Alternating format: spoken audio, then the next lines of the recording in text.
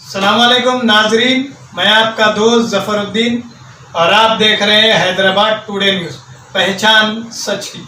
आदाब नाज़रीन, शहर हैदराबाद मोइनाबाद हिमायत नगर विलेज में अपने घर में काम करने वाली 17 साल लड़की का रेप और कत्ल करने वाले मुजरिम को पुलिस ने चेरलापल्ली जेल भेज दिया। नाजरीन, तफसीलात के मुताबिक मोइनाबाद के हिमायत नगर विलेज में मधु यादव ने 3 दिन कबल अपने घर में काम करने वाली 17 साल लड़की को मौके से सेकेंड फ्लोर पे बुलाकर अपनी हवस का शिकार बनाने के बाद इस हैवान ने कत्ल कर दिया था, जिसके बाद शहर के कई एनजीओस और पॉलिटिकल पार्टीज़ की जानिब से उस मासूम को इंसाफ के लिए मांग की जा रही है और इस दरिंदे को फांसी के लिए भी मांग की जा रही है।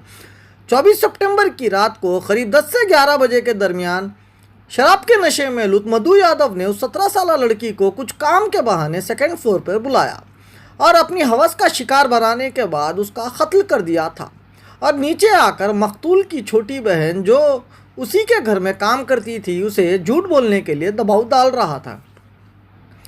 मकतूल की छोटी बहन ने बताया कि इस दरिंदे ने अक्सर नशे की हालत में आकर इन 2 मासूम लड़कियों के साथ छेड़खानी किया करता था और ये दरिंदा मोइनाबाद पुलिस स्टेशन का रॉडी शीटर भी बताया जा रहा है, जो कि साबिका में इसके खिलाफ कई केसेस दर्ज है और ये जेल भी जा चुका है। डीसीपी शमशाबाद जनाब प्रकाश रेड्डी ने मीडिया से बात करते हुए इस केस से जुड़ी सारी तफसील बताई। आइए देखते हैं हमारे नुमाइंदे जफरुद्दीन की रिपोर्ट। Sir ready. 25 तारीख को जो मोइनाबाद में इंसिडेंट हुआ है, उस इंसिडेंट में जो बतुकु मधुसूदन आलियास मधु यादव है, उनको निर्भया केस के दौरान अरेस्ट करके चेरलापल्ली जेल में उनको अरेस्ट करके भेजा है। और बतुकु मधुसूदन यादव ये हिमायत नगर विलेज में रहने वाला है और हम सबको रिक्वेस्ट करते हैं सभी पब्लिक को कि कोई भी बच्ची का नाम नहीं डालना है और बच्ची का नाम नहीं इस्तेमाल करना है। और अभी 25 तारीख को सुबह 10:30 बजे जो अभी मरी हुई बच्ची है, उनके सिस्टर ने, उनके बहन ने पुलिस को कंप्लेंट दिया है कि वो और उनके सिस्टर दोनों लगभग 4-5 साल से उधर काम कर रहे हैं। बचपन में ही उनका माँ का इंतकाल हो गया है और उसके बाद उनका पापा भी दूसरे शादी किया है और उनके नानी के पास वो काम पे इनके घर में कर रहे हैं पिछले 4-5 साल से। और ये जो मधु यादव है, जो जिनके घर में वो काम कर रहे हैं, वो जब भी पी के आते थे और उनको गालियाँ देते थे और उनको अच्छे तरह से उनको नहीं देखते थे बोल के उन्होंने बयान दिया है। उसके बाद उन्होंने बोला कि जिस दिन 24 तारीख को रात को 10 बजे खाने के बाद उन्होंने बोला कि ऊपर कुछ काम है, ऊपर कमरे में कुछ काम है बोल के ऊपर लेकर गया है। और उसके बाद सुबह देखा तो इनका बहन सुबह देखा तो वो देखा है कि वो सुसाइड करके हैंगिंग करके मर गया था। तो हम उसी दिन, और उसने ये भी बोला है कि जब तक पुलिस पहुंचते हैं उससे पहले ही बच्ची के बहन को बोला है कि पुलिस को ऐसे बोलना कि तबीयत ठीक नहीं है, मैं तो पेट में दर्द है, इसके वजह से वो सुसाइड किया बोल के बोलने का बोला है। उसके बाद फिर हमने इन्होंने जो मधु यादव है, इन्होंने पुलिस को कॉल किया है कि हमारे घर में जो बच्ची काम करती है वो सुसाइड करके मर गया और उनको पेट में दर्द था इसलिए मर गया। फिर उसके बाद वो डेड बॉडी को पोस्टमार्टम के लिए उस्मानिया जनरल हॉस्पिटल को शिफ्ट किया है और डिटेल पीएमई रिक्वेस्ट किया है। उसके बाद क्लूज टीम को भी बुला के जो भी क्लूज है वो पूरा सीज किया है।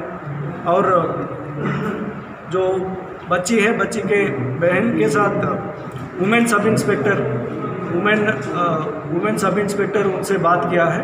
वो बातें के दौरान उनके बहन ने बोला है कि बहुत तंग करते थे घर पे, हर छोटी छोटी बातें को भी गालियाँ देते थे और इनके ये पूरा हरासमेंट के वजह से ही उनका सिस्टर हैंगिंग किया होगा बोल के उन्होंने बयान किया है। उसी दौरान हमने सेक्शन चेंज करके निर्भया एक्ट 376(2) निर्भया एक्ट के अंदर डाला है और क्योंकि बच्ची को घर पे रख के काम करवा रहे हैं, चाइल्ड लेबर एक्ट भी अट्रैक्ट होता है बोल के जुवेनाइल जस्टिस एक्ट भी डाला है इनके ऊपर। और ये जो बतकू मधु यादव है वो पहले से ही राउडी शीटर है मोइनाबाद पुलिस स्टेशन में। उनके ऊपर 2018 में 3 केसेस है लैंड ग्रैबिंग के ऊपर और हम पूरी कोशिश कर रहे हैं कि उनको जल्दी के जल्दी सज़ा मिल जाए और उनको कन्विक्शन आ जाए और पीडी एक्ट भी उनके ऊपर डाल रहे हैं।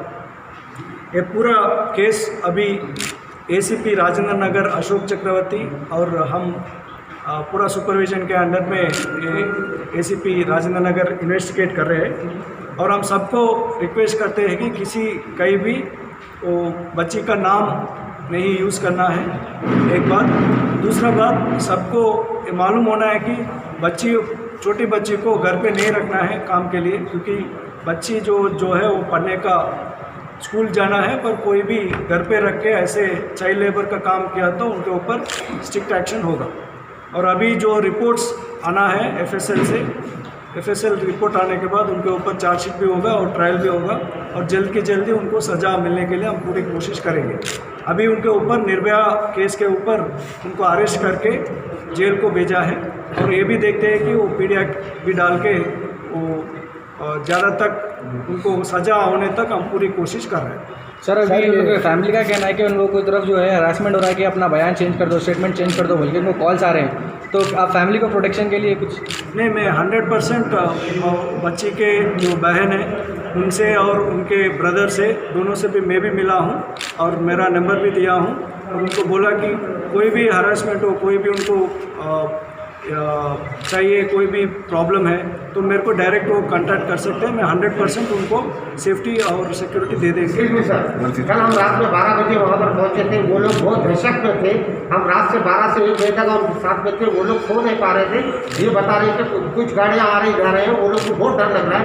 आप लोग वो एक साइंस विटनेस है, उसके लिए कोई आप लोग प्रोटेक्शन करें सर? नहीं, 100% जो अभी आई विटनेसेस है, जिनके जो भी इसमें बयान करने विटनेसेस है, उनको 164 भी करवा रहे हैं, कोर्ट में भी रिक्विजिशन भी डाल रहे हैं और वो बच्चियों को तब तक हम डेफिनेटली पूरा केस होने तक पूरा प्रोटेक्शन देंगे, वो बच्चियों को भी और उनके फैमिलियों को भी। सर, उनका जो घर है एक ऐसी जगह पे है जहाँ पर रात में 7 बजे के बाद में कोई आदमी दिखाई नहीं देता, बिल्कुल विलेज जैसा एरिया है, वहाँ पर कोई भी उनका प्रोटेक्शन में नहीं है। सर, कल से लेकर हम 6 मंथ से लेकर आप तक वहाँ पर है, तो आप लोग जो बता रहे हैं वहाँ पर कोई पुलिस कभी कर्मचारी नहीं है, कोई चीज़ की फैसिलिटीज नहीं है। किधर है ये राजेंद्र नगर केस के पीछे। हाँ, ठीक। तो उनके पापा जो है वो सेकेंड मैरिज करके वो बुधवेल में रुक रहे हैं, तो उधर भी हम प्रोटेक्शन देंगे 100%, उनको भी विटनेस प्रोटेक्शन देंगे और देखेंगे कि पूरा सज़ा मिलने के लिए हम पूरा कोशिश करेंगे। उनके अड़ोस पड़ोस को भी फ़ोन आ रहे हैं, आप लोग इनके अगेंस्ट में दियो, ऐसा कुछ भी नहीं था, ऐसा बोलो बोल के उनकी भी लाइन कॉल्स आ रहे हैं? नहीं, 100% वो जो विक्टिम है, विक्टिम बहन, उनका बहन है, वो हम 100% उनको सिक्योरिटी देंगे। उनको कोई भी प्रॉब्लम है तो हम अटेंड करेंगे और अलग अलग बार उनसे भी हम मुलाकात होगी और 100% उनको प्रोटेक्शन देंगे। Thank you sir.